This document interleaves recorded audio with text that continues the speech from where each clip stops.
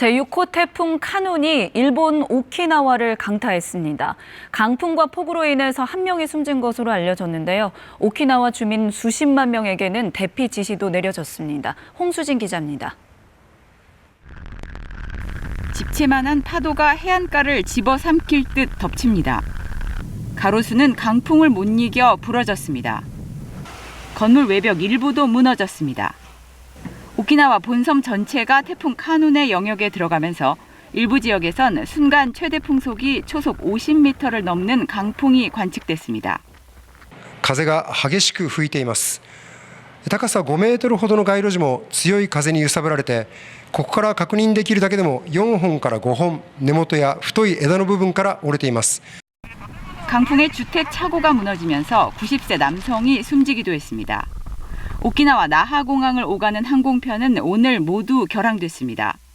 여름 관광을 위해 찾은 승객 5만여 명의 발이 묶였고 섬과 섬을 오가는 배편도 모두 끊겼습니다. カップラーメンとかそういうのを両手にいっぱい抱えて入ってこられるファミリーが結構見受けられましたね. 정전도 잇따라 20만 가구 넘게 피해를 보고 있습니다. 저지대 침수와 산사태가 우려되면서 오키나와현 주민 30여만 명에게는 대피 지시가 내려지기도 했습니다. 일본 언론은 오늘도 순간 최대 풍속 초속 60m, 시속 216km의 강풍이 불 것으로 예상된다며 이는 목조 주택이 무너지고 달리는 트럭이 전복될 수 있는 위력이라고 전했습니다. 한편 도쿄에서는 국지성 집중 호우와 강풍으로 공사장 일부가 무너지기도 했습니다. 이런 가운데 오사카와 교토 등 서일본을 중심으로 39도까지 오르는 폭염에 온열 질환 사망자가 잇따랐습니다. KBS 뉴스 홍수진입니다.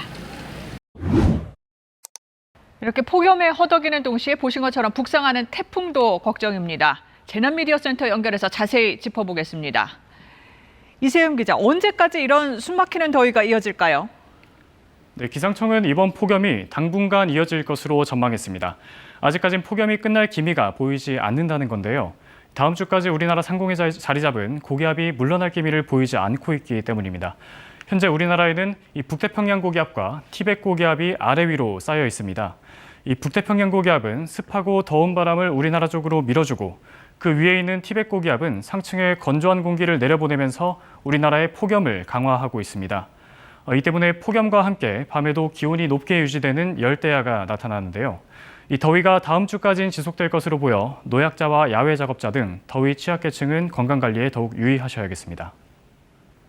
네, 앞서 연결해봤지만 일본은 지금 태풍 카눈 때문에 비상입니다. 진로가 변했다는데 우리나라도 영향을 받을까요? 네, 현재 6호 태풍 카눈은 일본 오키나와 남쪽 해상에서 북서진하고 있습니다.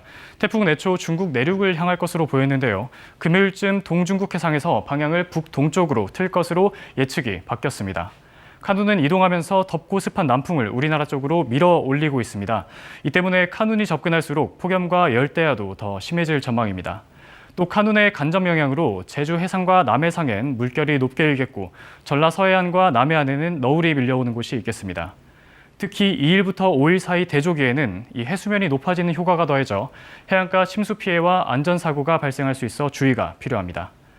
기상청은 카눈이 동중국 해상에서 머무는 동안 이 주변의 기압계가 바뀌면서 제갈길을 찾지 못하고 정체할 가능성이 높다는 분석도 함께 내놨습니다. 이 카눈이 얼마나 정체할지, 어느 정도 세력을 유지할지가 앞으로 폭염에도 영향을 줄 것으로 보입니다.